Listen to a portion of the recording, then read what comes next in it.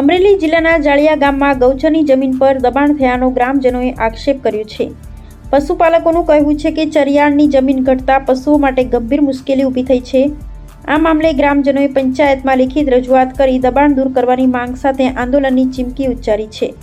જાળિયા ગામના પશુપાલકોનો આક્ષેપ છે કે ગામમાં અંદાજે 500 વીઘા જેટલી ગૌચરની જમીન હોવા છતાં હાલ મોટા પાયે દબાણ થતાં માત્ર 150 થી 200 વીઘા જેટલી જમીન જ પશુઓના ચરિયાણ માટે બચી છે, જેના કારણે ગામના માલ ઢોરને ચરાવવા માટે પૂરતી જગ્યા રહી નથી. ગ્રામજનોના જણાવ્યા મુજબ ગૌચરની જમીન સોલાર પ્રોજેક્ટ માટે થાંભલા ઊભા કરવામાં આવ્યા છે, જ્યારે આ અંગે ગ્રામ પંચાયતમાં કોઈ અરજી કે મંજૂરી આપવામાં આવી નથી. ગ્રામજનોએ વધુમાં આક્ષેપ કર્યો છે કે રોડના કામ દરમિયાન ગામના તળાવમાંથી કોઈ લેખિત મંજૂરી વગર માટી ઉપાડી પુરાણ કરવામાં આવી છે. આ સમગ્ર મામલે ગ્રામજનોએ ગ્રામ પંચાયતમાં લેખિત રજૂઆત કરી ગૌચરની જમીન પરથી દબાણ દૂર કરવા, સોલાર પ્રોજેક્ટના થાંભલાના મુદ્દે તપાસ કરવા અને તળાવમાંથી માટી ઉપાડવાના મામલે જવાબદારી નક્કી કરવાની માંગ કરી છે.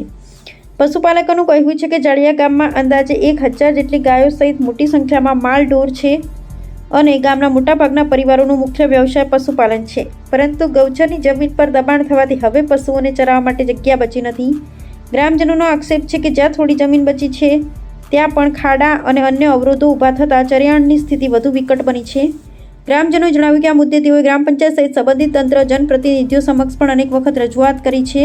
તેમ છતાં આજ દિન સુધી કોઈ નક્કર કાર્યવાહી થઈ નથી. હવે તેમની માંગ છે કે ગૌચરની જમીનની તાત્કાલિક દબાણ મુક્ત કરવામાં આવે, ગેરરીતિઓની તપાસ કરવામાં આવે અને પશુપાલકોના હિતમાં યોગ્ય નિર્ણય લેવામાં આવે. જો ટૂંક સમયમાં પ્રશ્ન ઉકેલ નહીં આવે તો ગામના પશુપાલકો ઉગ્ર આંદોલનનો માર્ગ અપનાવશે તેવી પણ ચીમકી ઉચ્ચારી છે.